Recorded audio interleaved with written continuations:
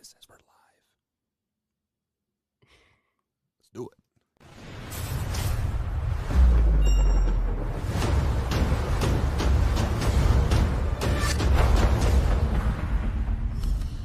What is up, Man Hour Nation? Michael Buckhouse here with the Man Hour. Every day we start the show with some Shocked Energy news, and today is no different. This is powered by Shock, guys. Link is in the description below. Check it out, shockedenergy.com. Use promo code MANHOUR. But this is the time of year where we're doing all of our NFL draft grades, right? Barstool Sports is doing it. Mel Kiper, CBS, NBC, Tony Cowherd, or whatever the hell that guy's name is. Everybody. But the best ones are right here with D. Wyatt Williams. The reason why I say this is because Barstool Sports, of course, we all strive to be on Barstool Sports or ESPN, but guys, Barstool Sports literally shit the bed with these rankings. They ranked all 32 NFL teams. Wyatt, 26 A-pluses were on their draft grades. So they're saying 26 of the NFL teams literally nailed this year's draft. A-plus. Then there are 4 teams that they gave F and F minuses. First of all, F minus doesn't exist. F is the lowest possible grade you can get. And then they gave a C like the Pittsburgh Steelers. Like, Barstool Sports, we love you. We all strive to be like you. We would love to be on your be on your network at some point in time. But these rankings are flabbergasting. Yes, that is my word of the day, is flabbergasting. So to even think like you guys are fooling anybody with 26 A-pluses. I was in high school for 7 years, and I didn't even get 26 A-pluses all through 7 years of high school. So, but then people are like, hey, let's flash back to 2012 when Barstool Sports gave the Seattle Seahawks an F during their NFL draft grade, right? In that particular draft, they drafted Bruce Irving, a great linebacker. Bobby Wagner, one of the best linebackers ever. And, of course, Russell Wilson. So, is Barstool Sports all what it's cracked up to be? Who knows? If you guys want true draft rankings, you're in the right spot. Man Hour Nation, buckle up for a great show tonight. Are you ready for the best damn radio show on the planet? Man Hour Nation, rise up.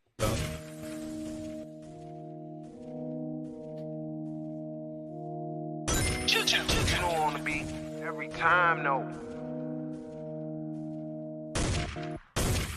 I would like to personally welcome you to Man Hour After Dark. Say that while I bring you the host, Mike, Buck, and Cone. You know who coming to the stage. Sports talk than what you about to hear right here. I second that. Go.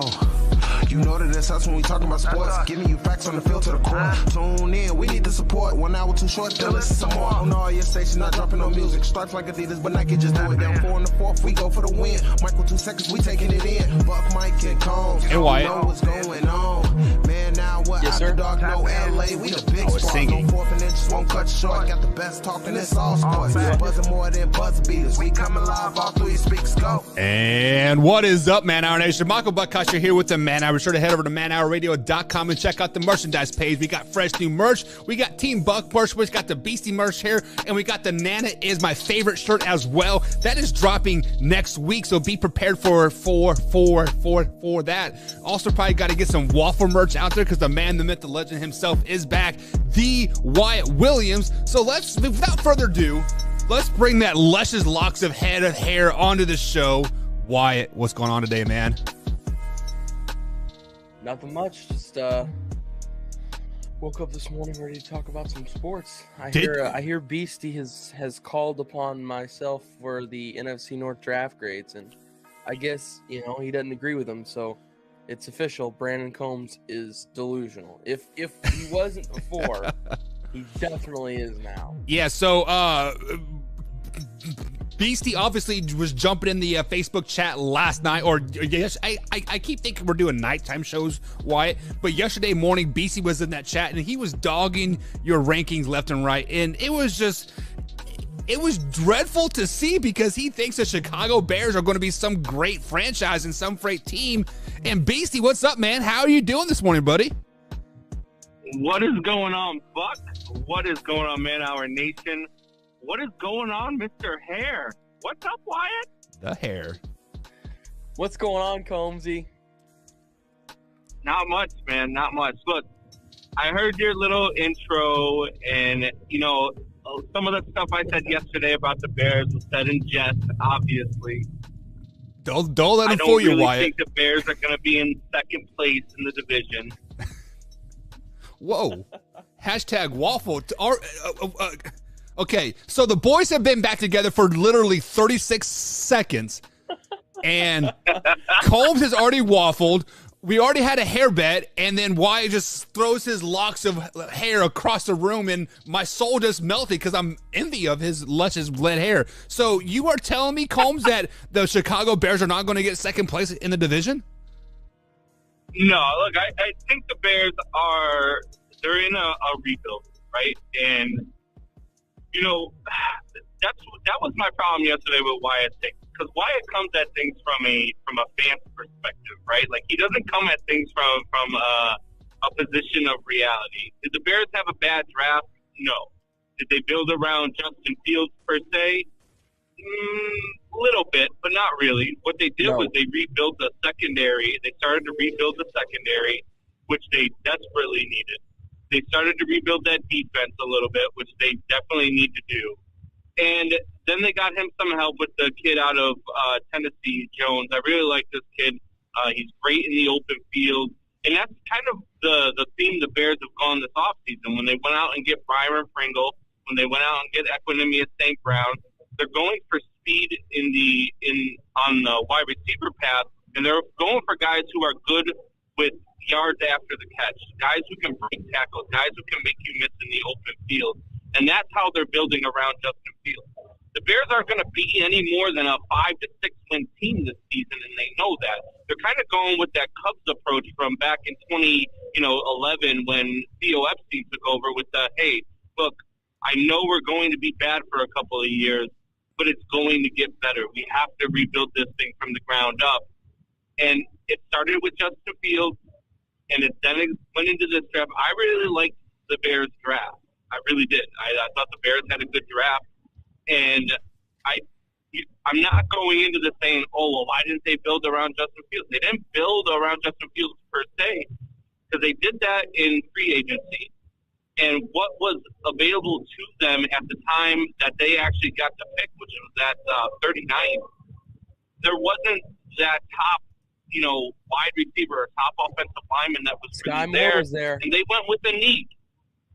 But they went with the need. Their need was at safety. Their need was at cornerback. Those were bigger needs than wide receiver was. And they addressed the offensive line in free agency as well. Wyatt, what are your thoughts on that? Well, at the time, Velus Jones was the best receiver on the board when they were picking. So I will give him that. And that's why I had that as my best pick for the Bears. But Velus is already 26. He's a rookie in the NFL, and he is 26 already. So while that was the only thing they did to build around him and give him any kind of weapon. And while Combs is correct, he's very good in the open field. He's also a great return man. He's 26. They lost Allen Robinson, who was 28 and an A-minus wide receiver, who just had a shaky-ish year last year, and they replaced him with Byron Pringle, a half of a Pringles can, and Velus Jones. You're coming at it with the D. That's what I'm saying. This is my whole issue with your take yesterday from the start, was because you come from a place of a fan who can't get past your Packer fandom. I mean, what did you guys do for Mr. $50 million? What weapons did you guys give him? Oh, we got Christian Watson. We Sammy got Watkins? Romeo Doubs. We got three. We picked up Sammy Watkins through the free agency. We've still got Alan Lazard, who I think is a dog. And then we drafted Sammy Watkins three was wide just receivers. as good of a pickup. Sammy Watkins is just as good of a pickup as Byron Pringle was. Sammy Watkins was the same wide receiver that Byron Pringle was last year. What are you talking about? Yes, he was. He was used the same way in the Kansas City offense. First of all, Sammy Watkins played for the Miami Dolphins the last 2 seasons, Combs. Sorry, I said the wrong team. But either way, he had Tua freaking thrown to him. I believe when he played for the freaking didn't he play for the Ravens last year, actually? I think you're right. He played for the Ravens. Yeah, you're right. Yeah. But that's what I'm saying. Sammy Watkins has been that guy. Sammy Watkins has gone from team to team to team, and Sammy Watkins is such a great pickup. Maybe some of those other teams might have kept him. Well, when we look at Sammy Watkins, he really hasn't done anything since he left the Buffalo Bills. And then did he go directly to Kansas City from Buffalo Bills? I can't remember for sure. Yeah, he went Buffalo, Kansas City, then he went to Baltimore. Yeah. That's what I'm saying. Sammy Watkins, like, for Green Bay and what they're doing, for you to think that Green Bay is not going to be better than Minnesota this year. I mean, they're just not. Look, I heard you yesterday say Minnesota's just that team. Every other team in the NFC North that's not the Packers. It's just that team that finds a way to lose. What they did was they went out and they got an offensive head coach. They got away from the idiot that was making play calls, much like the Bears did. And they went out and, I mean, I didn't like their draft. I'll give you that much. I didn't like the trading down 20 picks and letting a division rival get one of the top wide receivers in the draft. I didn't like that. But this team is already so damn good. And I really like Kevin O'Connell as their head coach. I really think that the Minnesota Vikings win this division. I don't think that the Green Bay Packers, I joked around a little bit when I said they're, no more than 4 wins trying to get under Wyatt's skin yesterday. But I really don't see this team being more of an 8 to 10 win team. And 10-7 is not going to win this division with the Minnesota Vikings in the division. I really think that the Minnesota Vikings are going to be one of those 12-5 or 11-6 type teams. So, Wyatt, let me ask you this question here. The Vikings finished 8-9 last season, missed the playoffs. You had them as a B+ draft simply because they added draft capital for next season, not particularly this draft. And they didn't add really any pieces on the offensive side of the ball besides a offensive-minded head coach. How can Combs realistically say that they are going to be 11 to 12 win team when their draft was mediocre? They still had that same offense, but just a new head coach that, is not really going to be able to implement his offense with Kirk Cousins because Kirk Cousins is just not a very good quarterback. What are your thoughts on that? Yeah, well, I mean, last year they're below 500 last year, and they didn't go out and really make any huge free agent signings. Like I said, the draft was good. I think that I liked how they had traded. I do agree with Combs on that. I don't like how they traded down to a division rival and gave them a big time playmaker. I think that is incredibly stupid, but they did it. So I mean, I think they're a under 500 team, and I think next year is most likely going to end up being the same thing because unless if Kirk Cousins is able to pull it together for all 17 games, then it's just they're not going to win games, and that's what we've seen over the last 2 years. I mean, the Vikings haven't had a 10-win season. Well, who's been calling their plays for them though, Wyatt? Mike Zimmer's been calling the plays. Yeah. They got a defensive guy calling the plays, but they've got some weapons on that offense. They've got Justin Jefferson, Adam Thielen, and they just continue to not use them right and waste that talent. And I don't exactly, see that and that's where Kevin O'Connell is going to change that around. O'Connell will definitely change that around. Kevin O'Connell was going to bring that Los Angeles Rams offense over to Minnesota, and they're going to be a much better offense than what you think. And I'm telling you right now, the Minnesota Vikings are a much improved team just by changing their head coach. And you know what, Buck? I'm going to tell you right now. You know what, Wyatt? Listen to me. This guy right here, Mr. Buck himself, okay, he talks about you waffling. He talks about me waffling. 7 hours ago, he posted his most overrated quarterbacks, and there was a comment under the most overrated quarterback in which somebody said Kirk Cousins needs to be there. And what did Buck say? He said, I actually think Kirk Cousins is underrated. But he just said here, Kirk Cousins isn't that good of a quarterback. Mr. Waffle himself, Buck. I was trying to get underneath your skin just because, like, I know how you work, and like I know exactly how to get that blood pressure raised, Combs. And if I say the right thing, boom, somebody better call 911. But let me address that comment about how you keep bringing the coaching aspect into this mix here. We've seen the Detroit Lions. This is Dan Campbell's second or third year, right? And we are seeing it that it will take a full year to maybe even a year and a half to really implement your culture, your scheme, just your people. So to expect this Rams guru to come in and to instantly change the Vikings culture and their mindset, like, you're reaching there, much like you're reaching for the Chicago Bears to even get 6 wins with their new head coach and GM. I agree. I think that the Bears are a 6-win team, but I think that the new head coach, I think that I really do like the addition of Byron Pringle. You watched Byron Pringle last year. I do too. Byron Pringle plays bigger than what he is listed as. Byron Pringle is one of those guys who will go up and get the ball. And I know that Wyatt had said, yeah, the Bears, we lose Allen Robinson. But Allen Robinson, his entire career has been one of those guys that is all right in open field. But if he has to win a jump ball for a big wide receiver, he can't do that. He can't play in coverage. 107. I've watched this guy every single game for the last 4 years, Wyatt. This guy does not win jump balls. He doesn't. He can't go up in coverage and win the jump ball. He can't go up in coverage. He's not that guy you can just toss the ball up to like a Hopkins or any of those guys that you can toss the ball up to and he's going to go and fight for the ball and win it in coverage. He's not that guy. Well, first off, the only reason why Hopkins even ever did anything is because he was using PEDs.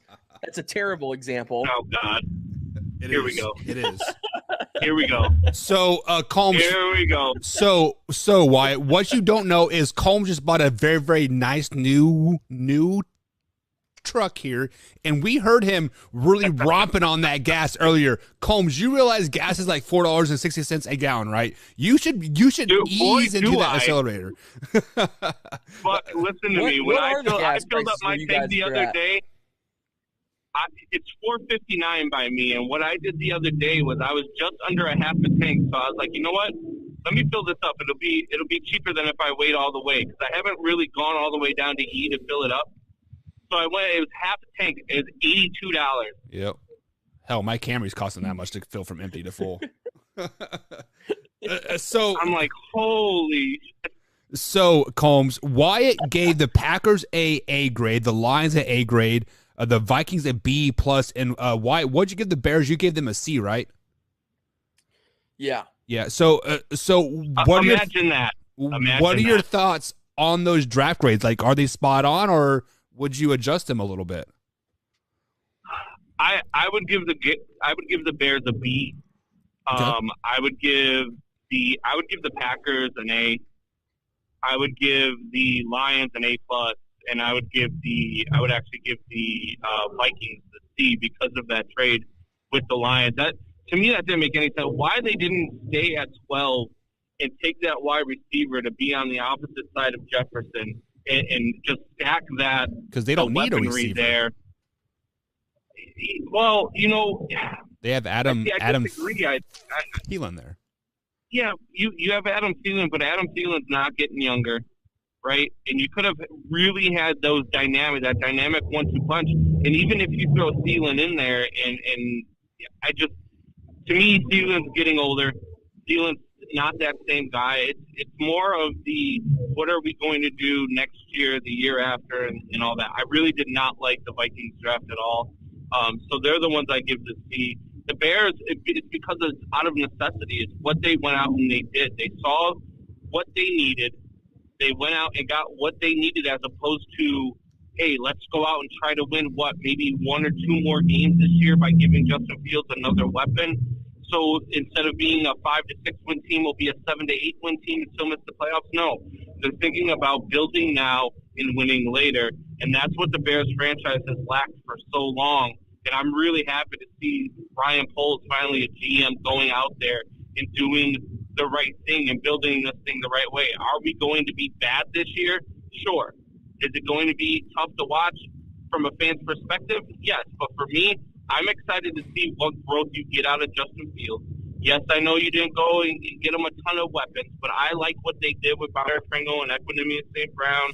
And I like the kid out of the Jones kid out of Tennessee. Yep. I like what they did there.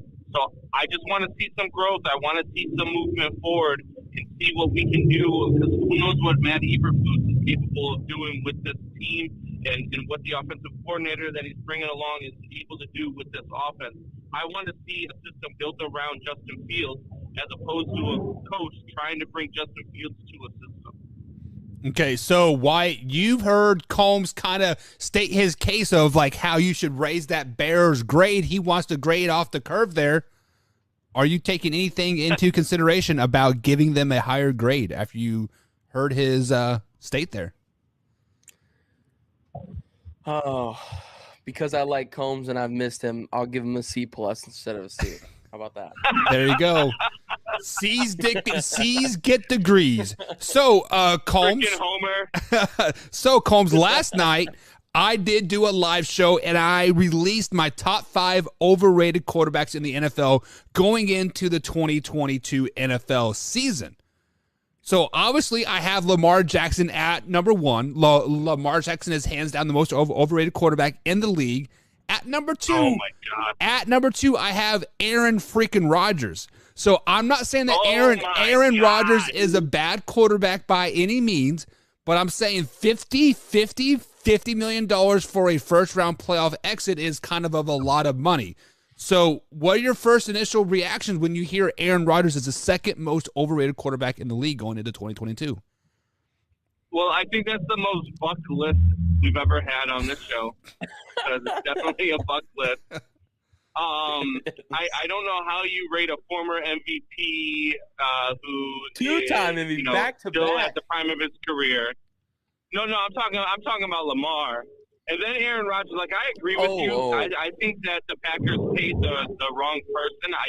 I'm not going to call him overrated because he's still the second best quarterback in the NFL. I keep hearing Wyatt say he's the best quarterback. He's still not better than Tom Brady because Tom Brady still wins championships and Aaron Rodgers just choked. So he's a second Tom greatest Brady quarterback in the league. Retired and came back. Okay. And Tom Brady retired is still better than Aaron Rodgers on the field because Tom Brady retired is going to go to more freaking Super Bowls than Aaron Rodgers is while he's on the field in the Green Bay Packers uniform. They paid the wrong person. They should have paid Devontae Adams. Playoff. I don't necessarily disagree with that. First off, second off, in the playoffs, yes, I'll give you that. Tom Brady obviously in the playoffs is a better quarterback, but if we're talking just like football all in general, he won the MVP the last 2 years. Touchdowns last year. He got lucky.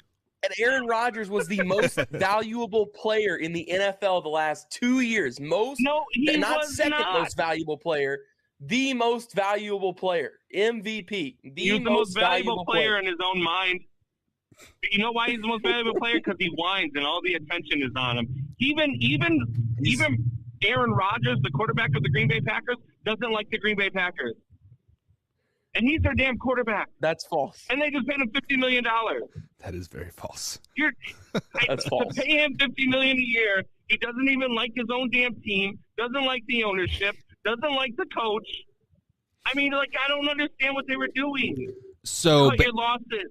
So basically, you guys are saying to me that Aaron Rodgers is not overrated, and he will live up to the $50 million hype this season, a.k.a. win a Super Bowl, right? He's not overrated. He's overpaid. He's overpaid. Okay. He won't live up to $50 million because for $50 million, you should win a Super Bowl, and he's not going to win the Super Bowl. If he was going to do that, he would have done it, 20 years ago when he had a chance to.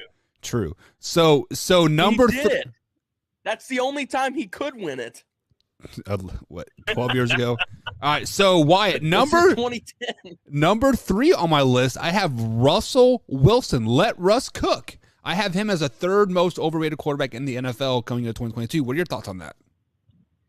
I agree. Well, I agree. I think Russell Wilson is very overrated. Oh no, guys. Tell me why, Wyatt. Why is he not overrated? Is it the 9-0 start stat that he has and then still misses the playoffs, or is it the 8-0 starts when they go 8-8 and they make the playoffs in the first round exit? He only didn't make the playoffs this year. He has made it for I don't even know how many years consecutively before this. You're right. And second off, Russell Wilson is a top 5 quarterback in the NFL. Overrated, yes. Easily a top 5 quarterback. I mean, danger Russ. Just let him cook. He's a dog. If you watch him play football, Okay. he is spectacular. Okay, so pause. Every time they quote "let Russ cook," they are a 500 team at best because that's what happens when they take it away. When they let him cook, that's when he's 8-0. And then Pete Carroll was always like, "Oh, I got to get the power struggle. Give me the ropes again." And then he would just grab the bandwagon and run it into the ground, and then Russ would get blamed for it. Okay, so Combs, why do you think Every Russ time. is overrated? Like, obviously, Wyatt thinks he's a top 5 quarterback, and me and you both think he is overrated. Why do you think he's overrated, Combs? Why? Do you think Justin Fields is a top 5 quarterback? Do I think Justin Fields is a top 5? No. Do I think he has the potential to be eventually at one point, Okay. like 5 years down the road, and whenever he decides that, hey, I need to leave Chicago, Bingo. maybe, yes. So then why do you think Russell Wilson's a top 5 quarterback? Because they had pretty much the same season last year. Oh, my God. Russ was hurt 90% of the year last year. What was it? Like, how many games did he miss? I'm talking about when he played. When he played, he had more weapons than my guy over here in Chicago had that you don't like just because he's in Chicago. I'm not even going to say his name because I don't want you to freaking go out there and be, oh, you got to leave Chicago. You're such a Green Bay Packers fan. Russell Wilson is overrated because Russell Wilson is overrated. Russell Wilson is not that guy. Denver got worse with that trade. Oh, my God. No, do not say that. I wouldn't not say they say got that. worse, With that trade. but they didn't get You're telling me if you got better. a choice between Drew Lock and Russell Wilson, you're taking Drew Lock. I am, yes. Can you now say that Yeah. on the airwaves for me? Yes, I am. Right now, at this point, if you're telling me Russ 5 years ago, absolutely give me Russ. If you're telling me Russ for the 2022-2023 season, I'll take Drew Lock. Do you want to know why? Just like what I said last night there, Wyatt. Drew Lock, you know that what you're going to get. He is in there to hand the ball off and to nickel and dime down the field. Russ thinks he has to put this team on his shoulder and then push the ball down the field and throw it into triple coverage. That's why Russell Wilson is overrated. He had DK Metcalf last season, and they didn't even make the playoffs. DK Metcalf is arguably a top 5 receiver in the league. Tyler Lockett is a top 10 receiver in the league. And you let Russ cook and he doesn't make the playoffs? Come on, man. Listen to this. While not being healthy literally the entire year last year. Okay. While not being healthy the entire year last year, Russell Wilson still completed 65% of passes, threw for 3,100 yards, 25 touchdowns, and only 6 picks. And he had a QB rating, a QBR of 103.1. How many wins did he have last season? He's hurt all year. And No. Have a defense. How many wins did they have last season? How many people are on a football team? 52, 53 if you wanted to. Wyatt. More than one. Wyatt. More than one. Let me tell you something, Wyatt. You can let Russ cook if you want to, but just like you told me a couple weeks ago over the phone, if you let Russ cook, just like Nikki, you're going to get burnt food. Wow. Don't ever say that, Combs. She's watching, man. So number 4, I have Kyler Murray as an overrated quarterback as well. What are you guys' thoughts on that one? Kyler Murray, ranked number 4, overrated quarterback. I would say this is the one quarter. See, I'd say this is the one quarterback on the list that I'm like, I could see it. I still don't 100% agree because I think that Kyler Murray is still really good. I just without DeAndre Hopkins last year, he had a 43.1 QBR. That is really, really, really bad. And the QBR is a stat to where, like, you know, you don't really need the influence of having all these great players and all. It's just about your rating, how you played, how you succeeded in your offense and all that stuff. So, you know, do you make mistakes? Do you throw too many incompletions? You know, how many touchdowns do you have? All that stuff is factored in to make your QBR. And a perfect QBR is a 158.3. Okay? Kyler Murray without DeAndre Hopkins has a 43.1 QBR. He is over 100 points below a perfect QBR. Over 100 points away from it. Trevor Lawrence had a better last QBR year than him. was a 103.1. Russ was 60 QBR points ahead of Kyler Murray last year and played like possibly half or a third or 3/4 of the games that Kyler did, and doesn't have the defense or weapons that Kyler has. And on the flip side of that, the Arizona Cardinals have not given him a big contract yet. They offered him just to give that 5th-year option. So therefore, that tells you that the Arizona Cardinals are not sold on Kyler Murray as their franchise quarterback. Otherwise, they would have gave him the next big deal, right? Yeah, probably. I agree. I'm on the fence with this one. Like, I really am. Like, I like Kyler Murray. I really think I'm a Kyler Murray. I mean, I picked the Cardinals to be 14-3 last year. Yeah, how'd that work out for you? And well, I mean, I think they were 13-4 or 12-5. I mean, it wasn't that far off. They were, but with the first round exit, they still had double-digit wins with the first round exit. Yeah, like they were really, really good. I mean, I think they started the season 9-0. They were actually 11-0. They were 11-0. I mean, what I could have done was say the Lions are going to win the division every fucking year. They will eventually. They will eventually. No, look, I like Kyler Murray. I'm a believer in Kyler Murray, but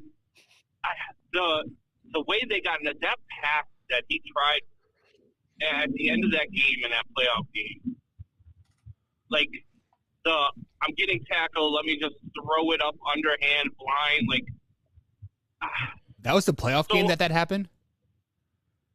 Yeah. Wow, I didn't know that. I thought that was like that was how they got knocked out of the playoffs.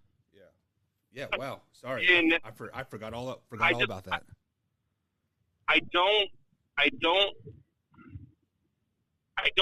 not believe in Kyler Murray anymore. Like I still like Kyler. I still think he can be that guy. I still think that the Arizona Cardinals are better with Kyler Murray right now than without him. I'm not going to say he's overrated, but I'm not to the point where I'm going to say he's underrated either. I think right now at this point, Kyler Murray is where he is. And if they go out this year and they underperform, if they miss the playoffs, or if they get into the playoffs, they have another first-round exit, and he plays poorly again like that in the playoffs, I might be with you on this list. Well, truth be told, Colt McCoy will start more games than Kyler Murray this season for the Arizona Cardinals. But Combs, before we let you go and start your workday up there in Chicago, you are a Chicago Cubs fan, and there is another team on the south side of Chicago by the name of the Chicago White Sox. Many people think this battle is a rivalry. Is it still a rivalry to you, Combs, anymore? Like, do you get excited about playing the White Sox, or are you more excited playing about the Brewers or the Cardinals? Look, this rivalry, and I say that with air quotes around it. I felt air quotes. It's a fans rivalry because it's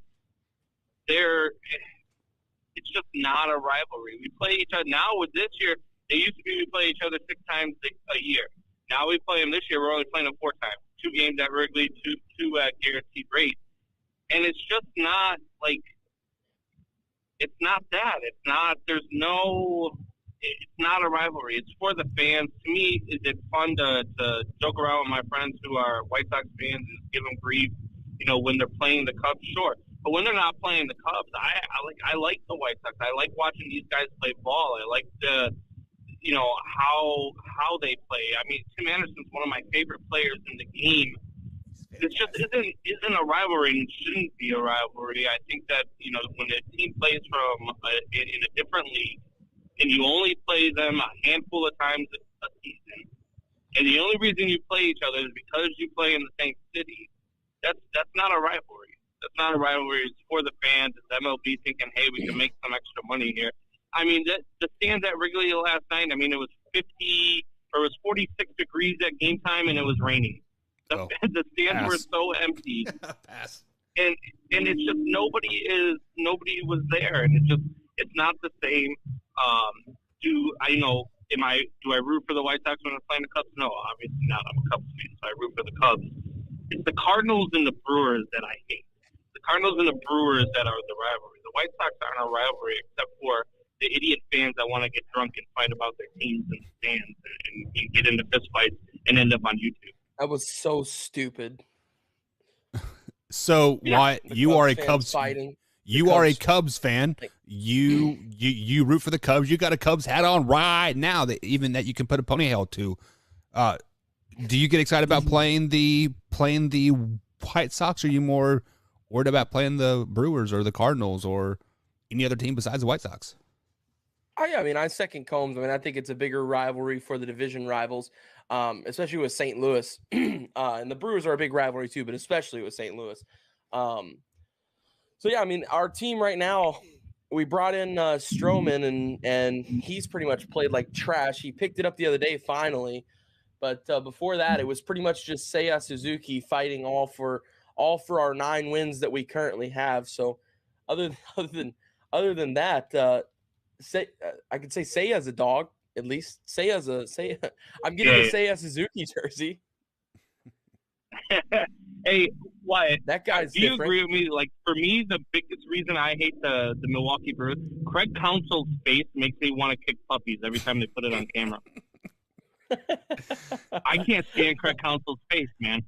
Every time they show him, Craig I'm like, Counsell. dude, you're fucking like. No, I want to kick puppies every time I see his face. Well, as a matter of fact, if I ever met Craig Counsell, I would abuse a puppy. You guys would see eye to eye. So I mean, Combs, you'd have a great fight on your hands. What are you kidding me? He'd be at my kneecap. No, he's probably at least 5'9". Anyways, Combs, it's time for you to get to work, man. Have a great day at work. Feel free to tune in and talk some trash over there on the YouTube channel. I got to work it today, so I'm pretty proud about that.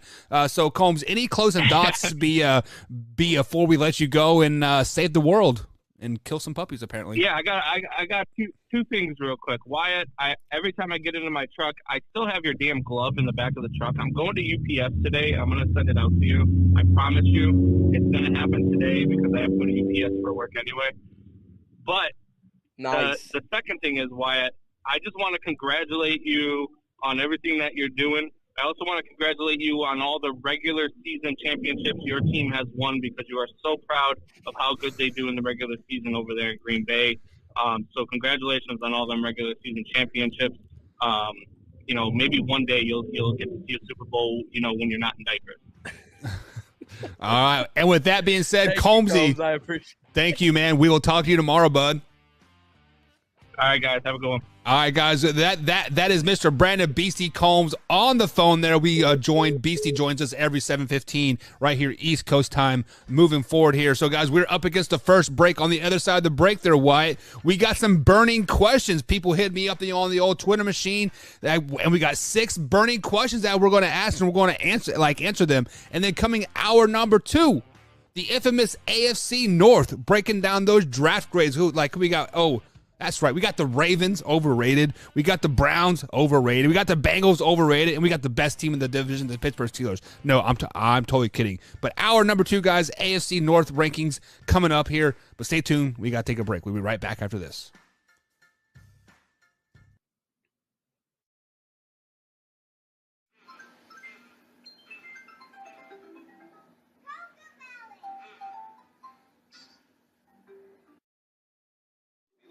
matchup was. I give a slight edge, Mike, to Marquette because they're playing on their home court, and Marquette's been taking care of business on the road.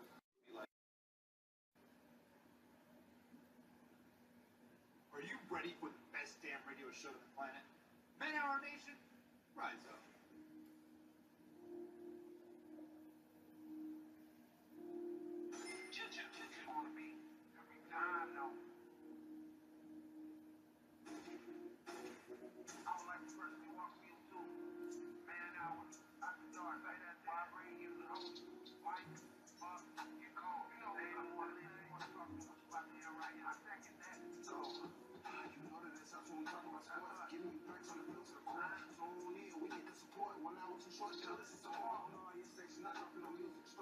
Station not dropping no music. Stripes like Adidas, but Nike just do it. Down 4 in the 4th, we go for the win. Michael 2 seconds, we taking it in. Buck, Mike, and Combs, you know what's going on. Man, now we're after dark, no LA, we the big spark. No 4th and inches won't cut short. Got the best talking, it's all sports. Buzzing more than buzz beaters. We coming live all through your speakers, go.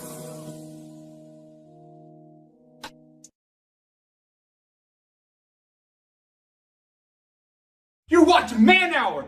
Hit that like button, baby. Man Hour Nation, it's your boy BC Beastie Brandon Combs coming to you with a special message. 22 veterans a day commit suicide. Now, that's 22 too many. And here at the Man Hour, we want to bring awareness to this. Our brothers and sisters deserve our support and our help. With the Take 22 merch, it's a small opportunity to show our appreciation and support to our veterans and take a small step to ending veteran suicide and treating PTSD properly. Every dollar spent on our Take 22 merch will be donated to the cause. So Man Hour Nation, rise up and show your support.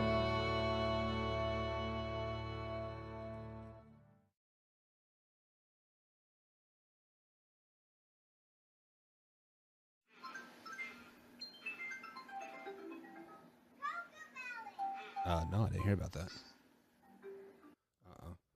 I give a slight edge, Mike, to Marquette because they're playing on their home court, and Marquette's been taking care of business on the road. Yeah. So I got messed up because of it. He's fine now. Didn't have to remove his eye or anything like that. But all right, we're getting ready to come back. Are you ready? Okay. All right. Yeah. Where's it at?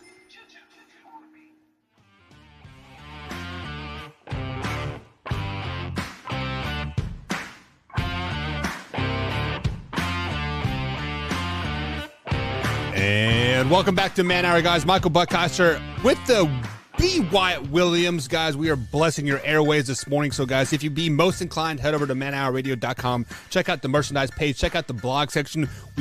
Our man Mitch Hill just dropped a blog about the Houston Texans draft grade, so feel free to check that out. That is the most recent blog over there at manhourradio.com. And, of course, if you guys have missed any part of the show whatsoever, you can find us on Belly Up TV on the Apple TV and, of course, Roku TV. Simply search for Belly Up Sports, and we're there at 8 a.m. and 3 p.m. East Coast times, so you get to see this beautiful live show there, even though it's not quite live, but it is live, if that makes sense. There's a little hour delay, so they can mute me if I say some bad words, something, I don't know. But nonetheless, we do have a great last, about hour left here, and every Wednesday we do burning questions. So, Wyatt, people hit me up on the old Twitter machine at manhour_buck, and they slide into the DMs or they give me hashtag burning questions, and they give us some burning questions that they want to know about us or about NFL. Are you ready? Are you prepared to answer these questions truthfully and honestly? I am completely and utterly ready. Okay, so hashtag waffle it around. So question number 1 comes from our man Drew. So Drew hit me up last night, and we know how fond you are of Kevin King. You and Kevin King are like BFFs. You are the best friends ever, right? So with that being said, we are seeing Patrick Mahomes and Josh Allen teaming up in a golf scramble to take on Aaron Rodgers and Tom Brady. So the question has been get smoked. So the question has been asked, Wyatt. You are a golfing guy now. You are in the golfing capital of the world, right? Can you beat Kevin King head-to-head on the golf course? Yes. Yes. Yeah. No, I don't know. I haven't seen him play. Me neither. I don't don't know where the question came from. But I mean, I'm not good. Let's start with that. I'm not like I don't par every hole. I just started like almost a year ago. I started golfing, so right. I'm not I'm not the greatest in the world, but I will say if I have a really good day and he has a really bad day, I feel confident enough that I could win. Because I've had days before where like I played 18 and on the back 9 I was only like +3 over par, something like that. And then on the front 9 I was only like +4. So on the day overall I was like I don't remember, like I think I ended up being like +10 somewhere around there. I know like I just said 3 and I think I said like 7 or something like that. So it should be 10, but I'm not 100% sure what it was, but I know I was only +3 on the back 9 because it was like the greatest accomplishment of my life at this point. There you go. So I was pumped about that. But yeah, no, I don't know. I don't know how good Kevin King is, but like I said, if he catches me on my good day, I got confidence. He is going to catch those hands. No, but I feel golf is like a sport where like there is no athletic ability involved. Like it is, for one, it is a lot of luck. It is a lot of repetition, right? And just there's just a lot of swinging this clubs over and over and over, and you just knowing how to hit the ball. So if Kevin King plays golf the way he plays cornerback, why you are going to mop the floor with this kid 100%. There is no question in my mind that you will literally say, "Who's your daddy?" and then he will say, "You are my daddy" for the next 100 years, just because like that is how great you will be. But on the flip side of that, man, he is a professional athlete, Colm, or like Wyatt. And he does have a lot of spare time from getting burned because he doesn't play a lot on Sundays like anymore anyway. So maybe he's finding the golf course a lot. So, but yeah. Maybe. Come on, Drew. We know why it's going to win that golf game. Man, jeez, Drew, that's a ridiculous question. Ridiculous question. So now let's get into some real sports here. I mean, we know Wyatt has a great golf game here, but Wyatt is even better at the NFL draft. So, Wyatt, this question is from me directed straight to you. A couple weeks ago, I said if a quarterback in this year's draft does not go in the top 16 or higher, this could arguably be the best quarterback draft class in a very, very long time. And that's exactly what happened. Obviously, Pickett went number 22, Pittsburgh. Ritter went in the 3rd round to the Falcons. Willis went in the 3rd round to the Titans, and Matt Carroll went in the 3rd round to the Carolina Panthers. So with that being said, these quarterbacks did not necessarily fall into horrible situations, but they didn't fall into great situations like either. So how do you feel that this quarterback class will shape up in 2, 3, 4 years down the road? Well, down the road, I really think it all has to depend on what you were talking about, just saying to go, the system fits. When I look at Kenny Pickett, I think he's in a good spot to succeed. I think he's got a nice chance to do something in Pittsburgh, or at least the pavement has been laid for him. It's time for him to drive the car now and just go forward. So Kenny Pickett, I think, has a good shot of being successful. At least at this moment, looks like it's going to be the highest shot of being successful. Then I would say you said it has potential to be a top 5 draft ever. Is that what you said? Oh, it has a potential of being one of the best quarterback drafts in a very long time. So we're talking like quarterback. Just the quarterbacks in general. Oh man, I don't know. There's some really good quarterback groups like the Josh Allen. That one had Baker Mayfield, Josh Allen. Let's see, Lamar Jackson. Even though he ended up being a bust, Josh Rosen was in that class. Who else? Who else was in that? Like 2018. You know what I'm talking about? 2018 draft class. And then there's one not too long ago also. We had Patrick Mahomes and Deshaun Watson. Even though he's not that great, Mitch Trubisky, who is still a solid guy, a starter in the league. He was in that class. So as for the best in the last several years, I don't know. I think that they have a shot to be. Obviously, we haven't seen him play football yet, so we got to see how Ritter takes everything in while he's in Atlanta. We got to see the situation in Nashville. Seems like it's heating up. I mean, it seems Ryan Tannehill comes out yesterday and says, "Oh, I will not be.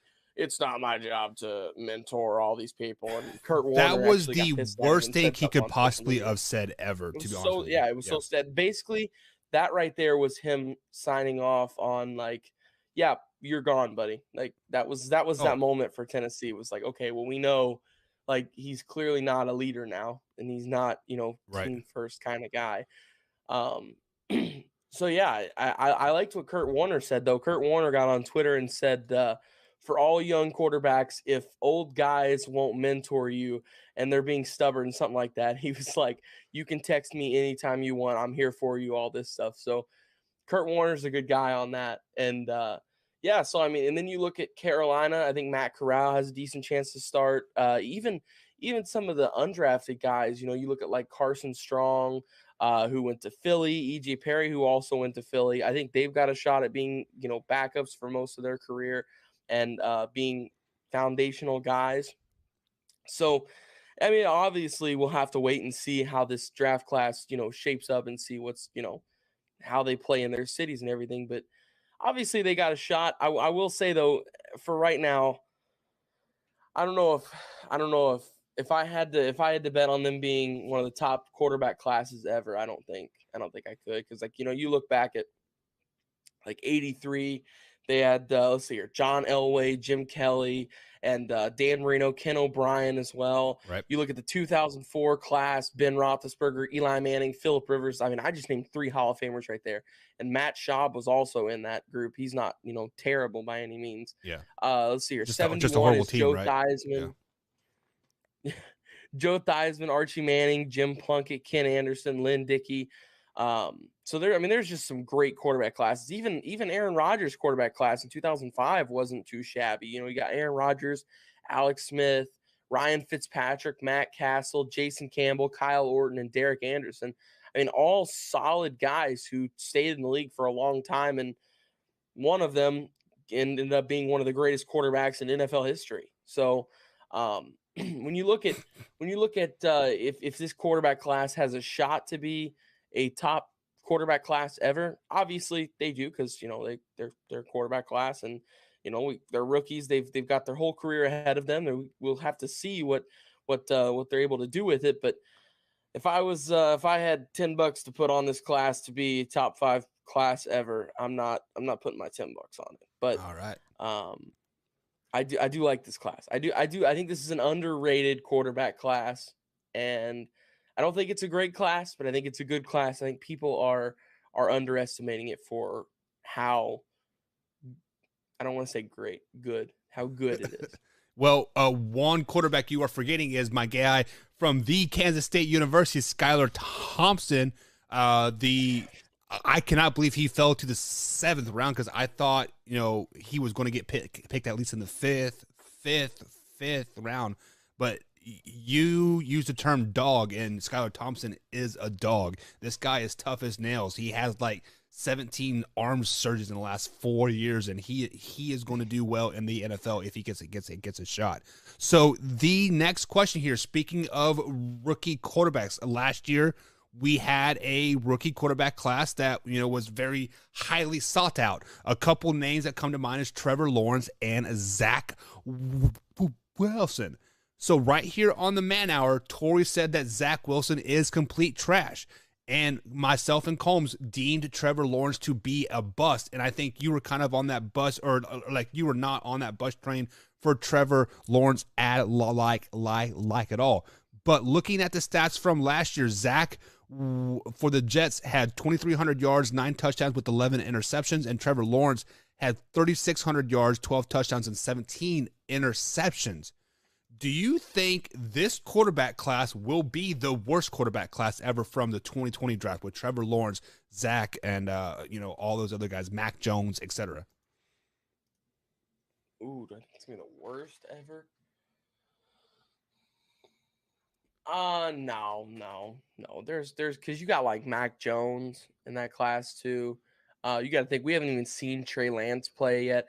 We really haven't even seen what Zach Wilson or Trevor Lawrence can do either, because they spent all last year running for their lives, or Trevor Lawrence spent all last year running for his life and trying to pull his coach out of the strip club for the first half of the year. Right. But eventually, Shad Khan had to just fire him. So. Yeah, I mean, I don't want to judge this class too early yet, just because there's still plenty of time. I mean, they've only been in the league for a year. They just had their rookie year, and if you look back at rookie years historically, there have been a lot of guys who had terrible rookie years and went on to have incredible careers. Peyton Manning is one of those guys. Peyton Manning still to this day holds the record for most interceptions thrown in a rookie season. So also landed on a better organization though. Huh? He was also on a better organization than the New York Football Jets and the Jacksonville Jaguars. So they're not in ideal situations. Jacksonville had to pay a B minus, maybe B wide receiver in Christian Kirk, $80-something million to come by, because nobody wants to go to Jacksonville. I can tell you, I live in Florida right now, and the least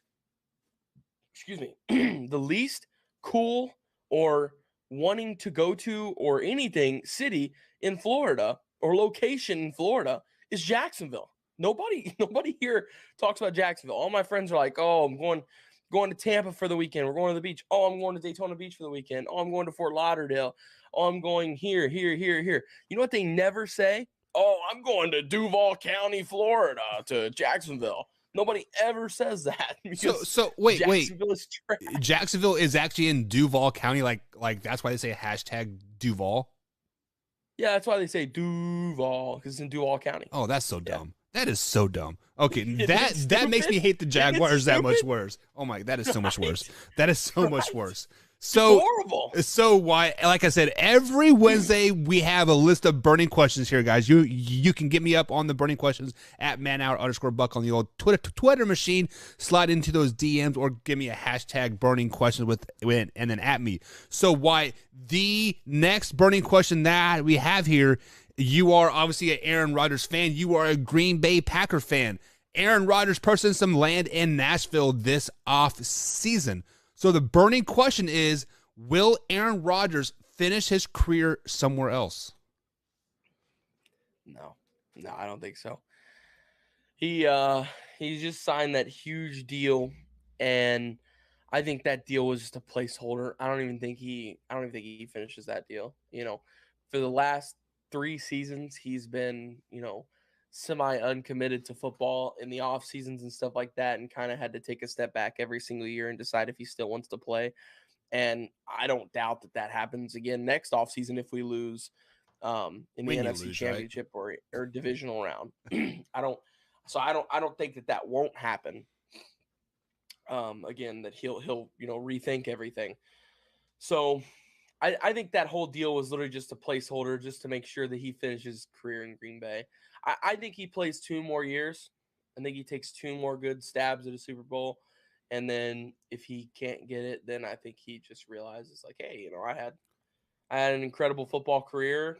This team has drafted the next guy, and I make $50 million a year. So it's time for me to go and do whatever Aaron Rodgers does in his free time that nobody knows about, except for him and Shailene Woodley. Well, and fun fact is, apparently I am like in this TMZ chat group now, and they broke up again, so they're not getting married anymore, Wyatt. So they broke up again. Yeah. So before we go to the next burning question here, let me jump over into the comments here over on youtube.com/manhour. Mr. Beastie Combs himself says Urban Meyer didn't have a problem partying in Jacksonville. Wyatt, why don't you? Yeah, no kidding. Right. I'm good. Let's just say that I'm good. I'm not partying in Jacksonville. If Miami is this close, if Tampa is this close, if Fort Lauderdale is this close, if Panama City Beach is this close, if Daytona is this close, if Orlando is this close, I'm good. Speaking of which, I'll be in nothing Panama in City Jacksonville. at the end of June, so we'll have to link up. By the way, so Okay, yeah, that's like, I think that's like 5 hours for me, something like that. okay, yeah, well, That's over because Panama City's over like in the Panhandle. yeah, it's right by Alabama. Yeah, so we will definitely figure it out. So the next burning question that we have. So Buck, you are a Chiefs fan. Wyatt, you are a Packers fan. Who are your second teams that you root for each week in the NFL season? So we actually have, this is like my friend group down here. We actually all cheer consecutively. We've all got different teams, but we all cheer for the Lions too. Really? Because how can you not? I mean, they're just Because they're for so one, they're a terrible. division team. You can't root for a division team. They're a division. They're not. They're basically not even a division team at this point. Oh We my beat them God. 2 times a year, every year. It's like, I think Aaron Rodgers. I think Aaron Rodgers has more wins at Ford Field than Matt Stafford does. It's just not. It's not that close. So, and everybody, everybody likes the underdog. Kind of succeeding here and The there. lovable losers. Right. Who doesn't love the lovable losers? And Dan Campbell gets out there and he does his whole show where, my guys are trying so hard. We just keep losing. He's out here crying on national television about it. And, I have a buddy down here who is a Lions fan. His name's Cam. So shout out Cam. And he has a Dan Campbell jersey. Did you know the Lions are selling Dan Campbell jerseys now? Well, Like they are that trash that they sell jerseys for their head coach.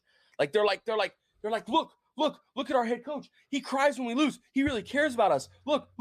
He's a good guy too. He knows football. He played for the Lions, all right? Yeah. Did you know he was on the 0-16 team? Yeah.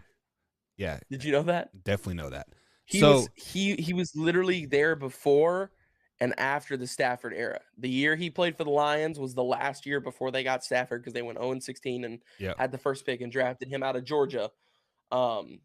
Which, speaking of, that was a pretty good quarterback class, if I remember correctly. And I don't remember who was in that class. That was 2009. Shoot, who was in that class? Yeah. I don't remember off the top of my head. Oh, Cam Newton, Andrew Luck, and RG3. That was a good class too. What was that? That was like 2012.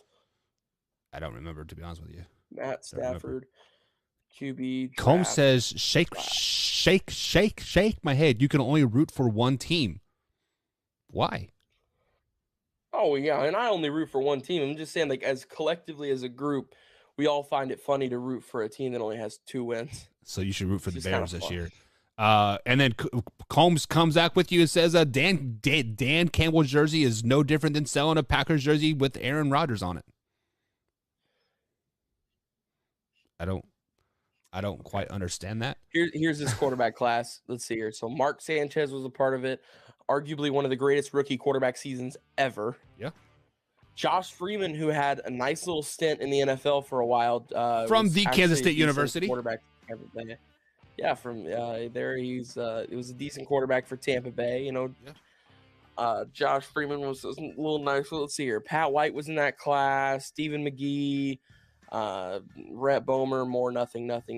Wait, Nate what year is Davis, this? Nothing. 2000. Let's see here. That was 2010, wasn't it? 2009. 2009. So Stafford was the first pick.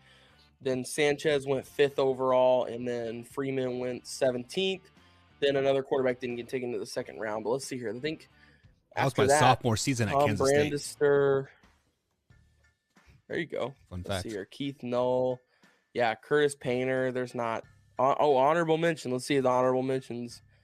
Oh, Chase Daniel was in that class. Chase Daniels actually does not get the amount of cred that he should. He's still you want to hear Wyatt NFL. Talk up on a Bears quarterback. Still in the NFL. He is. He's been around forever. So yeah, I mean that class it's not incredible, but it was all right. Yeah, they had a lot of quarterbacks. Man, that was the year that the Big 12 had 4 or 5 teams ranked in the top 15 for number of weeks. Not Kansas State. We just weren't very good that particular year. But you know what? It is what it is.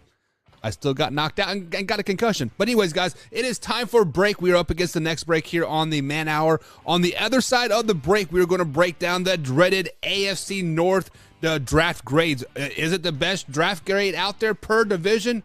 We'll find out right after this. Per my man, Wyatt Williams. We'll be right back after this. Hey gang, it's Commissioner Cooper from TSS Fantasy.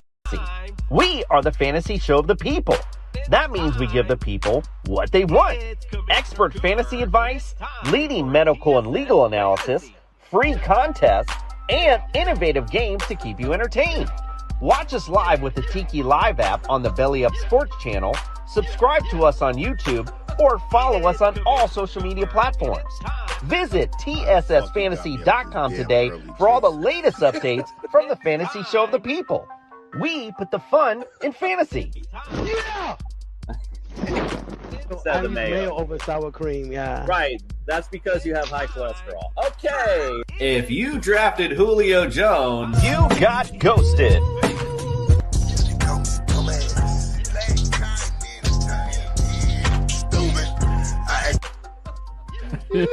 This is amazing. TSS Fantasy is like an orgasm. If I had a cigarette, I'd smoke it. I'm pumped to be here. This is the show of shows. TSS Fantasy, the fantasy show of the people.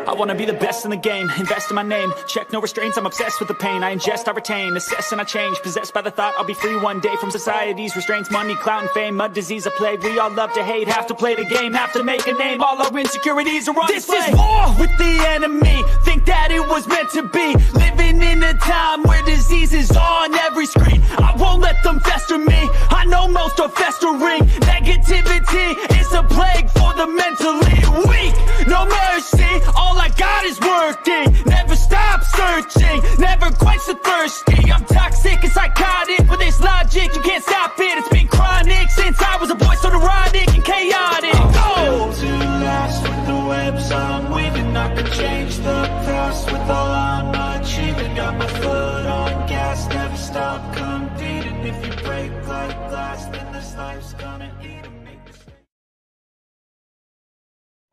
We're back. Yeah. Not going to happen, but figure it out.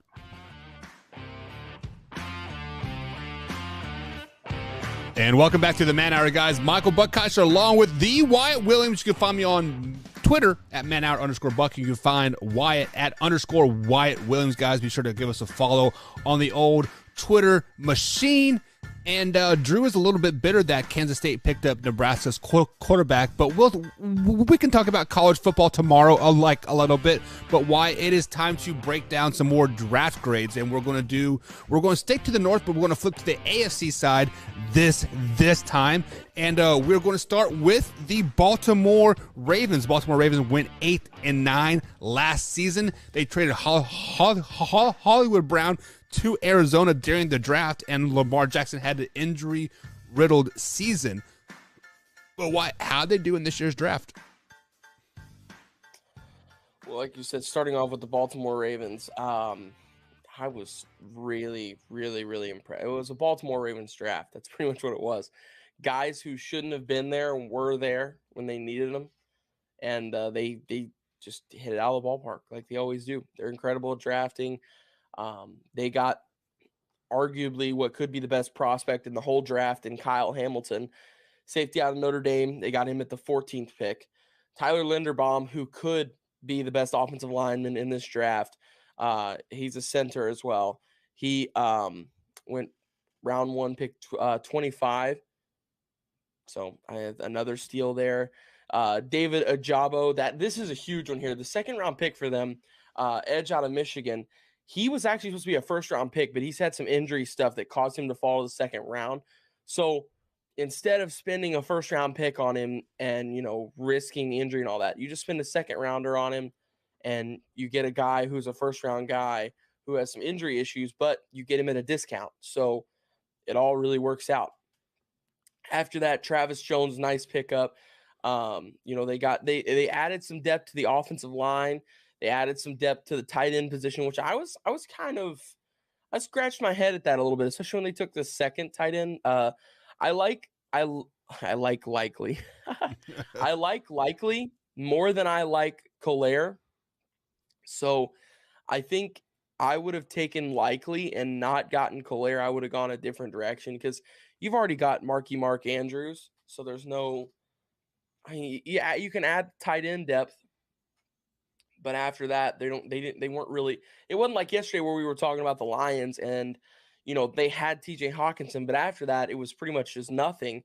So they needed to add some weapons where this team, while they did need to add some weapons, I think the weapons needed to be in the wide receiver core. That was the only knock that I had on this draft from the Baltimore Ravens. The one thing, and I think it's the reason why I did not give them an A+, is because they did not go after a wide receiver.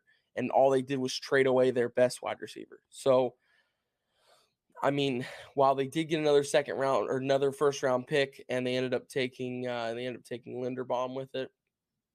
That's cool. They added to the offensive line.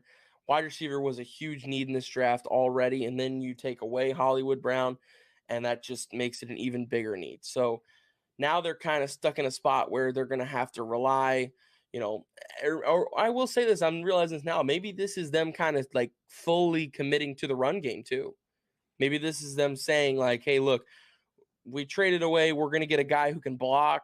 We're adding to the defense. So maybe this is them committing to the defense and stick with running the ball. That's what this draft kind of reminds me of here. And they also took a running back with their 6th round pick after J.K. Dobbins got hurt last year, even though he's still going to be the guy there. He's incredible. So overall, I gave him an A. I'd say their best pick, and I don't mean to, shoot down the other picks. I think there's a lot of candidates for this, but the best pick for me is still going to be Kyle Hamilton. I don't mean to just go with the round 1 guy because I feel like that's cheating, but the fact that Kyle Hamilton was even still there at 14 just mesmerizes me. And they got a absolute steal. So best pick was Kyle Hamilton, and the overall draft grade, I'm going to give him an A. Would give him an A+, but like I said, I just feel like that there was a wide receiver that needed to be, not a bunch of wide receivers like the Packers had to draft 3. Some other teams had to really go in on wide receiver depth. They really only just needed to get one because you still have Rashad Bateman, you still have Devin Duvernay, and James Prochet. If James Prochet gets field time, I really think that guy is a beast. James Prochet was a 6th rounder a couple of years ago, 2 years ago, I believe, out of SMU. And if you watch his highlight tape, he is explosive. Yeah. He's only like 5'11", but his vertical is like 40 something inches. So he can go up over top of anybody. Like linebackers, he can go up over top of safeties, he can go up over top of cornerbacks. It doesn't matter. This guy can get up there. On top of that, he's incredibly fast. He's super shifty. You're not going to get a hold of him. So I'm really excited to see him finally get his opportunity. This was a guy 2 years ago that was my sleeper pick out of the draft 2 years ago. I really liked him. He was my day 3 guy that I was like, okay, he can make a difference in the NFL. So really, it's all just going to come up to Rashad Bateman, Devin Duvernay, and James Prochet, and also obviously Mark Andrews and Lamar Jackson and J.K. Dobbins. So they've got the star power. They're just going to have to run more of a. The only time they pass is going to be totally out of the RPO, it looks like, or the play action. Yeah, those are going to be really the two things. Well, that's how Lamar Jackson is rolling the pocket and getting out there and definitely, pushing the ball down the field with his legs. But the one head scratcher in this draft was their fourth round pick. They drafted a punter in the 4th round. You can normally get punters and kickers in like the 7th and free agency pickups, right? So to draft a punter in the 4th round when you could have drafted a receiver or some more defensive help, that's a real big head scratcher to me, Wyatt. So with that being said, with drafting a punter in the 4th round and not getting any receiver help like at all, you're still giving them an A? Yeah, and I think Jordan Stout, the punter that they got out of Penn State, I still think at that point, punter is a really important position. and what is it, Cook, who they have right now. He's getting older, and Baltimore really values punters, and I believe they drafted Cook as well, and they've had him for like I think we're coming up on 2 decades now. So if you spend a 4th rounder, 5th rounder, 6th rounder, 7th rounder, somewhere in there, if you spend a day 3 pick on a punter, I'm okay with that, especially if it's going to be your guy for a long time, because punter is one of those positions where it's like you're never going to know the guy until he messes up, and you're going to, you're going to wish you had a better punter or a different guy in a big situation if he screws up.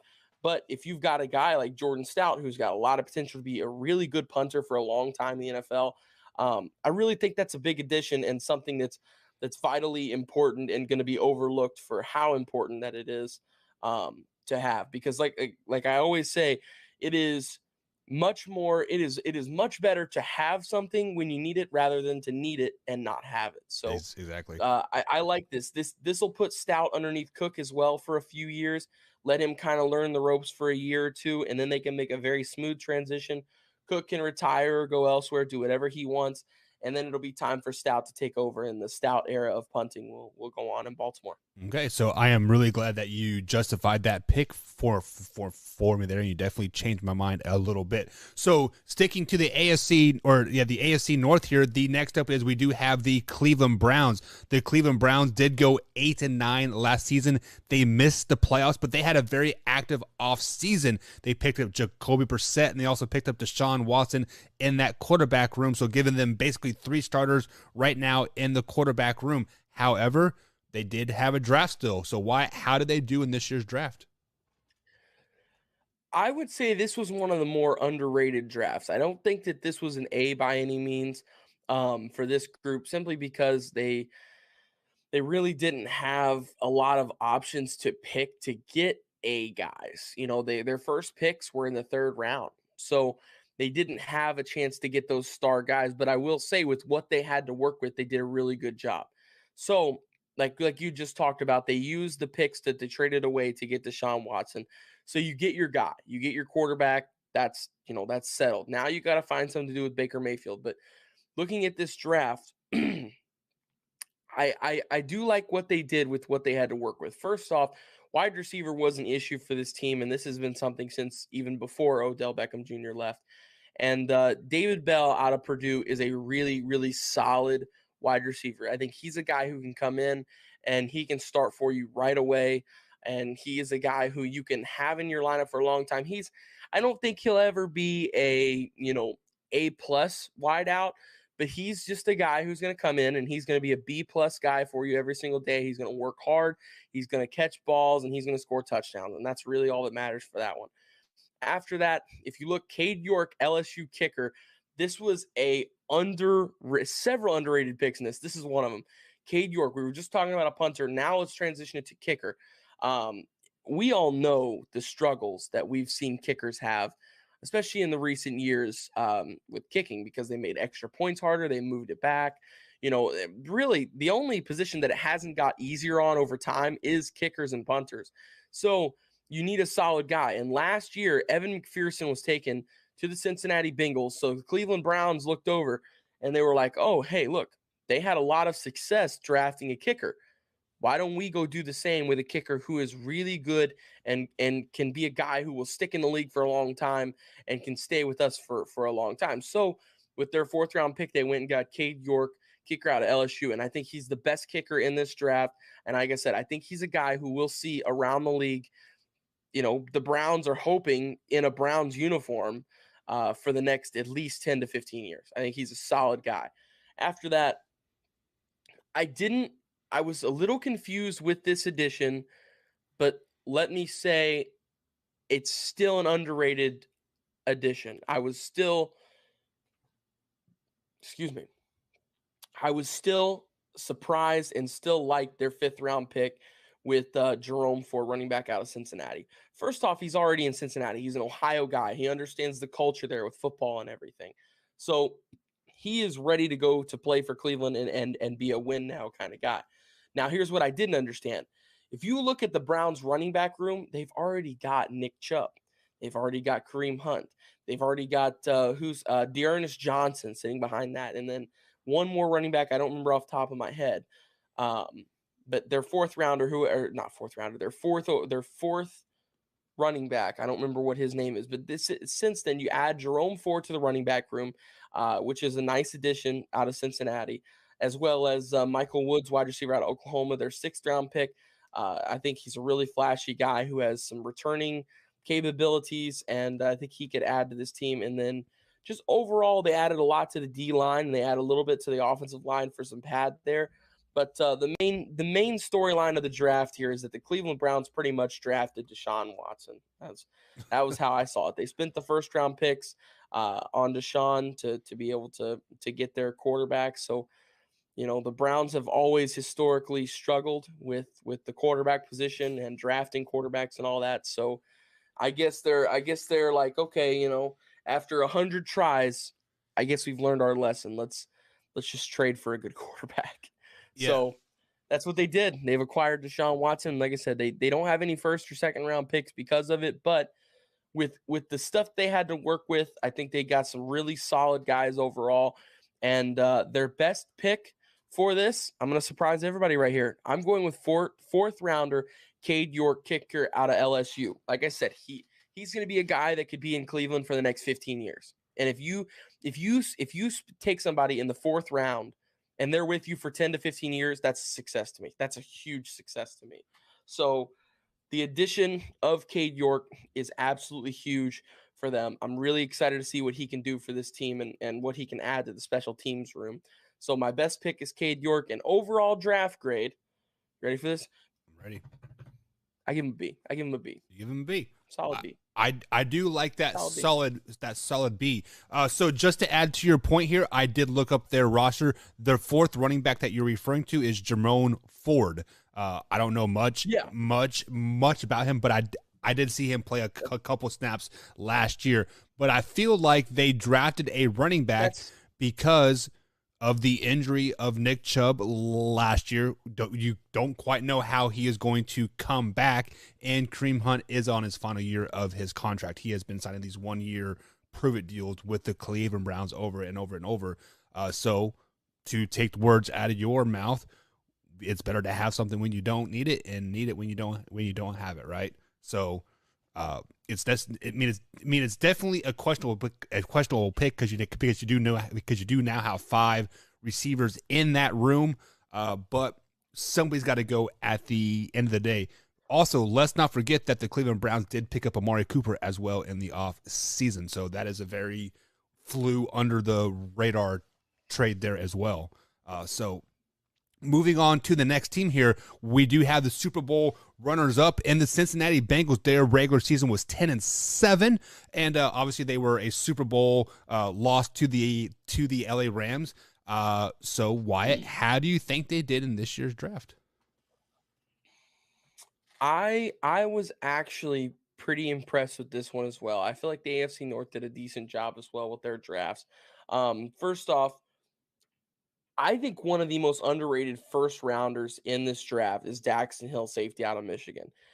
Because Kyle Hamilton is so good, people just didn't really take a look at Daxton Hill and how he has a shot to be, if not the best safety, a top 2 safety in this draft class. So I think they solved an issue at safety by filling there because, I don't know, did they get Jesse Bates back? Did they re-sign Jesse Bates? I think I heard they did sign him back, but I'm not 100% sure on that. Let me check and see if they re-signed him real quick. Yes, Jesse Bates is still on roster, so this is a nice addition here. Daxton Hill pair him with Jesse Bates. They also went with cornerbacks, Cam Taylor-Britt. So I like that pick in the 2nd round out of Nebraska. The big thing here for them for the offseason is they really needed a lot of offensive line, and I was expecting this draft to be mainly offensive line. We saw it in the 4th round with Cordell Volson, guard out of North Dakota State. But overall, they got their guys through free agency instead of through the draft. I mean, they got, Kappa and Lael Collins. They brought in Lael Collins and Kappa for their offensive line. So they're bringing in that protection for Joe Burrow to where that knee scar is going to be able to, you can look past it now at least a little more. Right. And then, like I said, they just brought in Volson, so another guy that you can kind of universally play him anywhere on the interior offensive line. So he's a plug and play guy. And I'm excited to see what this class can do. Let's see here.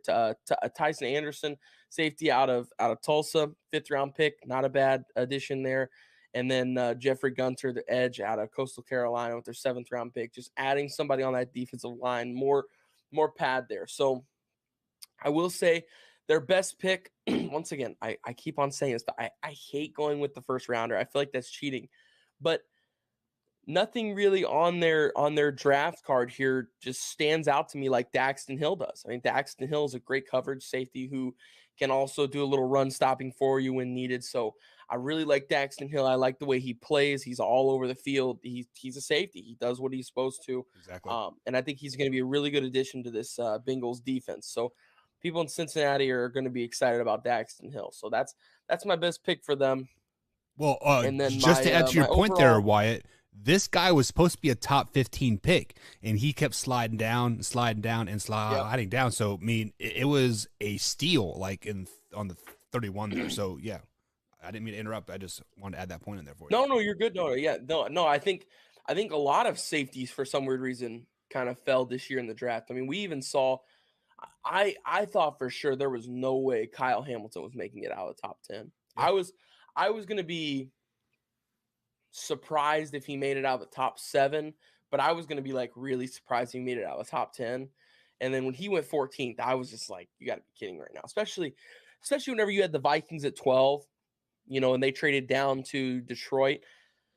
When the Vikings were at 12, with them already, Harrison's getting up there in age. He's getting older, and it's time to, the Minnesota Vikings have always valued having a defense and a good defense at that. So I was pretty surprised that they didn't take him at 12 and that they had traded down. But this is just another safety in this class who's really good, but did fall. So with that being said, I think they did a good job overall in their draft. Like I was saying, nothing really stands too out at me other than Daxton Hill. So I didn't want to put him in that A- category because, like I said, there isn't really a boom factor to this. They just got a bunch of really solid guys who are going to make their team better, but they didn't get a big guy. You know what I mean? A guy who's going to come in and he's going to be, other than Daxton Hill, and he's going to be a all-pro, just an all-out just dude. So I gave them a B as well on this. Yeah, so just not to take anything away from players in this draft, just because being drafted for one is the greatest accomplishment of their young lives, right?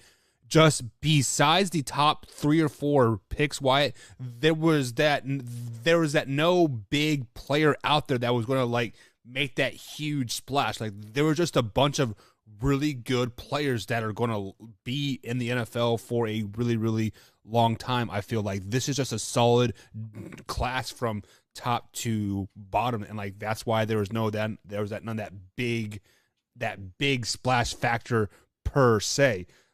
So moving on to the last team here in the NFC or in the AFC North are the Pittsburgh Steelers. They did go 9-7-1 last season. They did make the playoffs. The first round loss to the Kansas City Chiefs. Big Ben has retired. They pick up Mitchell Trubisky in the offseason in free agency. Wyatt, they drafted a quarterback and some other key pieces on that team. But how do you rate the Pittsburgh Steelers draft? Well, starting off here, I had to take a couple of looks at this draft. This draft was pretty interesting to me. I think I was really on the fence of I couldn't decide if the Steelers did a really good job or a really bad job. And the conclusion that I came to was I think they did a really good job. I do. Going forward in the future, Kenny Pickett, he played at Pittsburgh. It's the Pittsburgh Steelers. If there's a guy there at 20 who is a good first-round capable guy, a leader at the quarterback position, he's got the big arm, while the hand size may be smaller, he's a good quarterback overall. He was a Heisman candidate. He threw for a lot of yards, threw for a lot of touchdowns. So with that 20th overall pick at Kenny Pickett, I like that. I did overall like that pick. Do I think Malik Willis would have better fit their, not system? Do I think that Malik Willis is a better quarterback than Kenny Pickett and is going to have a more successful career?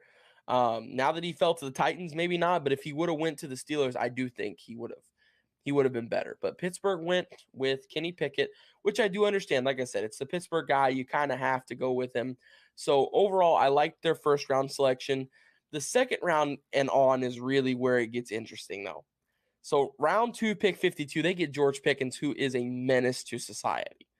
I mean, he is and I cannot explain this to you enough, perfect Steelers wide receiver.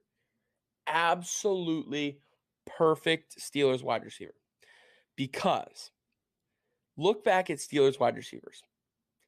There's always something with them. You have Antonio Brown, who is just extra, always doing, he's the Kanye of the NFL pretty much. Yep. If I had to compare him to something.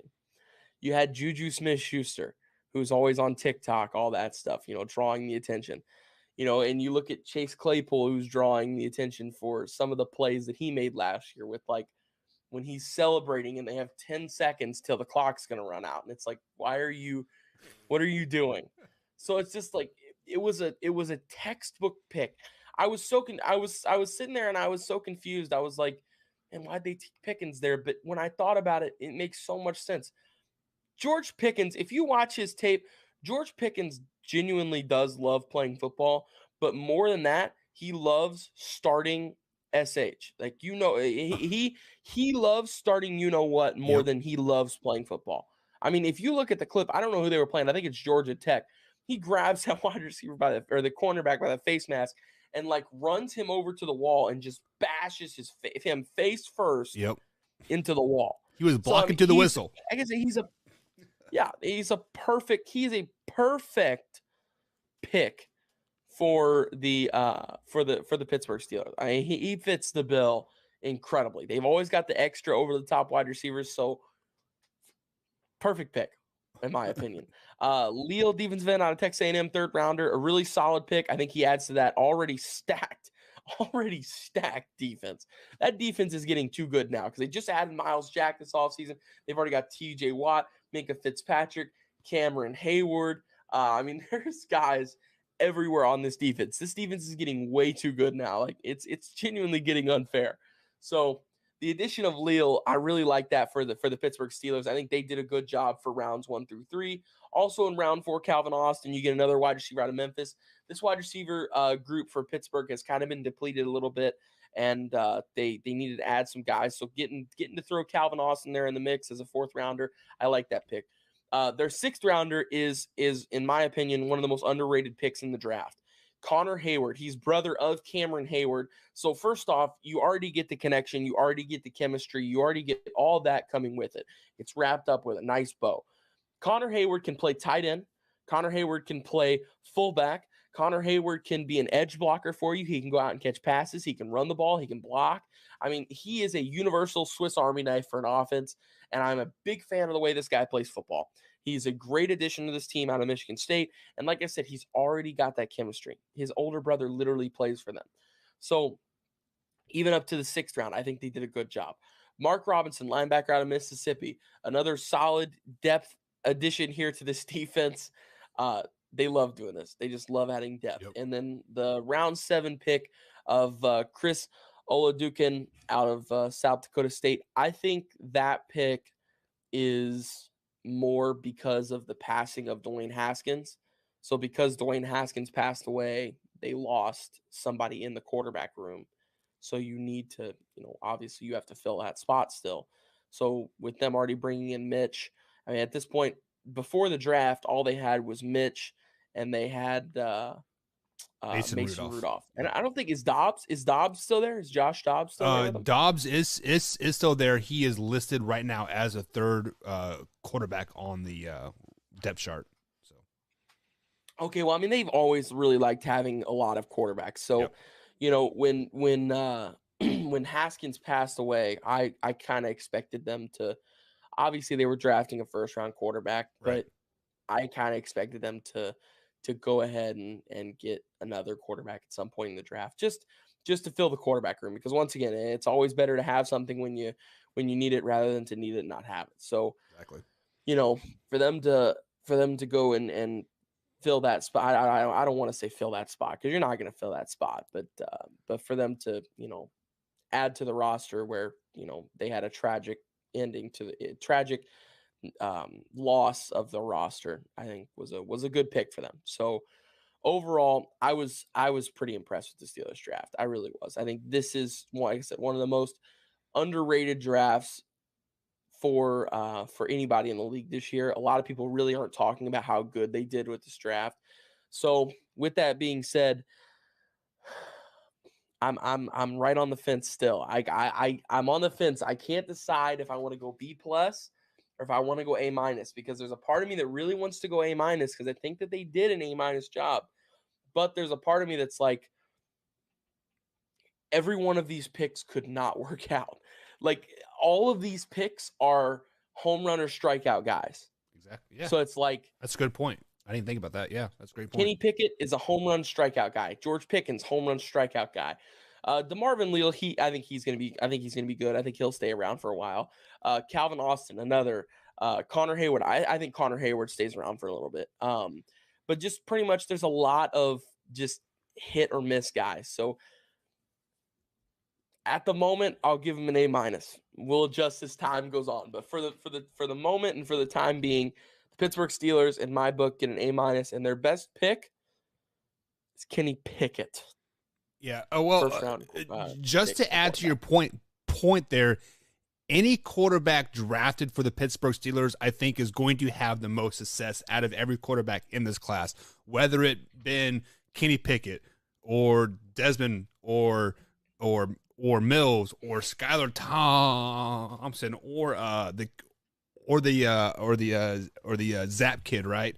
Like pretty much any quarterback that is going to go to the Pittsburgh Steelers, because the Pittsburgh Steelers are literally a quarterback away. They have the best defense in the NFL on paper, hands down. They have a pretty solid receiver core. Chase Claypool is kind of the head case, but I think Mike Tomlin has reeled him back in a little bit since he is the guy now. Go ahead. Sorry, go ahead. Well, like Chase Claypool probably is the guy now since Juju is gone. So maybe that's what he needed. So I mean, the Pittsburgh Steelers, they are a scary good team, and I do think Mitchell Trubisky will start this season. But Kenny Pickett is going to be a quarterback for the Pittsburgh Steelers for a very, very long time. You're looking at a 15, 16, 18-year career, much like Ben Roethlisberger.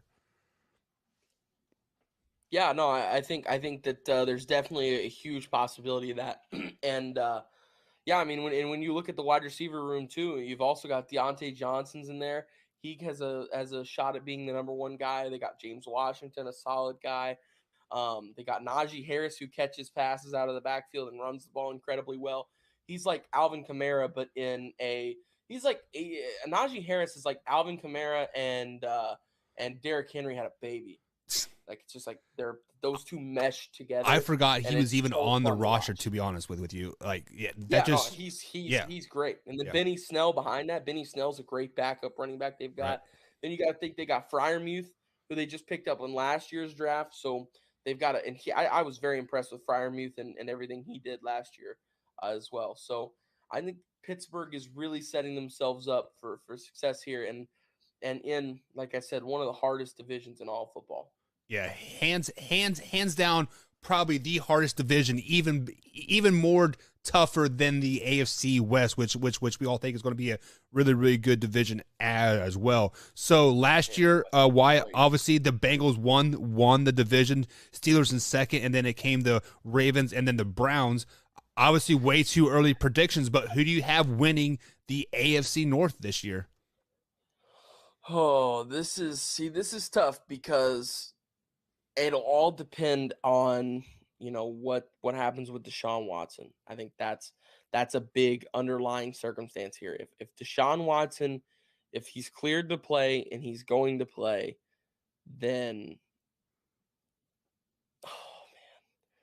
I don't know. It's like all 4 teams. You can make a yeah. a realistic, realistic argument for all of these teams, and not just a realistic argument. You could make a realistic argument for all of these teams to make a deep playoff run. Oh, 100%. I Like, agree are with we you. really Yeah. going to sit here and say that we couldn't see the Bengals in the Super Bowl again next year, or that we couldn't see Pittsburgh doing some surprise stuff, or Kenny Pickett being really good and them going to the AFC Championship, or let's say Deshaun Watson really does pick it up and does great immediately, and they could go to the AFC Championship. Baltimore's already showed us when they were 13-3 just a couple of years ago that they can be great. So this division is so hard to pick, and I hate that I have to choose this, but I've got to go with an answer. So you know what? I am tired of betting against Joe Shiesty. So you know what? Give me the Cincinnati Bengals to win the division. They went to the Super Bowl last year. They won the division last year. And I think while they didn't do as good as the Steelers did in the draft, or the Ravens either, I still think they added some really nice pieces to the offense. La'el Collins and Kappa are huge for that offensive line, because Joe Burrow needed protection. Like, that wasn't even a question. It was a need at this point. So now they've got 3 or 4 solid offensive linemen. Then they added another through the draft. So they're going to be able to put together a nice unit for the offensive line. You've already got Joe Mixon. You've got Jamar Chase, T. Higgins, that entire wide receiver core. So they've got the weapons, and their defense is decently stacked as well, with Hendrickson on the other side, Bates. They just got Daxton Hill. So overall, this team is nice. It's stacked. So while I don't want to count out any of the other teams, right, I'll take Cincinnati. Yeah, and I am not going to take the Cincinnati Bengals, because the Cincinnati Bengals had a 4th place schedule last season. This year they'll have a 1st place schedule, right? So a team that is a consistent staple. Mike Tomlin has never had a losing season. He has. I don't think he's ever missed the playoffs either. But I think incredible. I think this is Pittsburgh Steelers division to lose right now, because of everything that they did. I do like the addition of Mitchell Trubisky. I like the addition of Kenny Pickett. Hell, I love Mason Rudolph. I'm totally kidding. Mason Rudolph can just get cut and fly off like head. Yeah. But seriously, when you look at the Pittsburgh Steelers, the weakest part of their team is the quarterback play, and Mitchell Trubisky was a 1st-round pick. Kenny Pickett is a 1st-round pick. Overall. Yeah. So like, they have the talent there. They have the know-how. They, Mitchell Trubisky went to an organization where they run a lot of games, right? And the Buffalo Bills, and come to Pittsburgh. So this is the Pittsburgh Steelers, definitely division to lose, I think. Ravens are complete dog trash. They're done. Bengals and Browns they'll be cutting it close for the 2nd place fight there. And just like you said, it all kind of depends on Deshaun Watson of how many games he's going to get suspended, and if Jacoby Brissett can hold down the fort while Deshaun Watson is MIA, right? So can you imagine if they come to Baker and they're like, "Hey, we don't know when he's going to be able to start. Could you possibly hold down the reins for us while we wait for him to come in?" So I actually thought that same thing. I'm like, maybe they are hanging on to Baker because of that very reason, right? But then that very afternoon, I watched a press conference with Kevin Stephani, right? And he said that Jacoby Brissett is the backup quarterback. If Deshaun Watson has to miss any amount of games, Jacoby Brissett is our guy. That's probably because Baker Mayfield told them to go F themselves, and then he wasn't playing. Well, he said that the other day too. He said, "How would you feel? He would never play again in a Browns jersey." Yeah, how would you feel? led them to the playoffs, the first playoff win in forever, right? What was this, like 1992 or something, just like that? For a long time. And then you play from week 2 on with a torn labrum in your non-throwing shoulder. I don't care if it's non-throwing shoulder or throwing shoulder. That hurts like an MFer. I had it, and it still hurts me to this day, and that was in 2010, right? I mean, that was 12 years ago. So, I mean, like, I definitely understand it 100%. So, like, Baker's definitely getting the 100% shaft there, and my man Trent Mason jumps in the chat here. He gives the Bengals the thumbs down, and he says, "Mark my words, Buck, the Ravens will win 10-plus games this year." Well, joke's on you. 10-plus games is probably not going to make you into the playoffs this year, Trent. Like, the AFC is loaded, Wyatt. On this division. Yeah, the AFC is loaded. The AFC is loaded. This is going to be one of those years where, like, what was it, 2 years ago, the Dolphins had 10 wins and didn't make the playoffs. That was the only thing I could see is the AFC North here is we are going to look at it like the NFC West from last season when we literally had every team winning like 11, 12 games in that division, and they've literally just beat the dog crap out of each other every week. And Trent is right. He says defense wins games. Actually, offense wins games. Defense wins championships. They're Trent. But unfortunately, the Ravens don't know how to win playoff games. So you can have the best defense ever, and Lamar Jackson is still going to be overrated, still going to be trash, and still going to get knocked out in the playoff game, right? What's wrong, Wyatt? No comment. No comment. I'm not commenting on your Lamar Jackson slander anymore. Well, as you guys know, I do have Lamar Jackson as the number 1 overrated quarterback going into the 2022 NFL season, along with Aaron Rodgers, Russell Wilson, Kyler Murray, and Joe Burrow. So I do have Joe Burrow as the number 5th most overrated quarterback going into 22. You have Joe Burrow is overrated. I do. Because, Wyatt, so I got a privilege to coach Trent there, like 4 years ago now. Man, it has been forever. I feel like Trent's getting old, or I'm getting old, one or the other.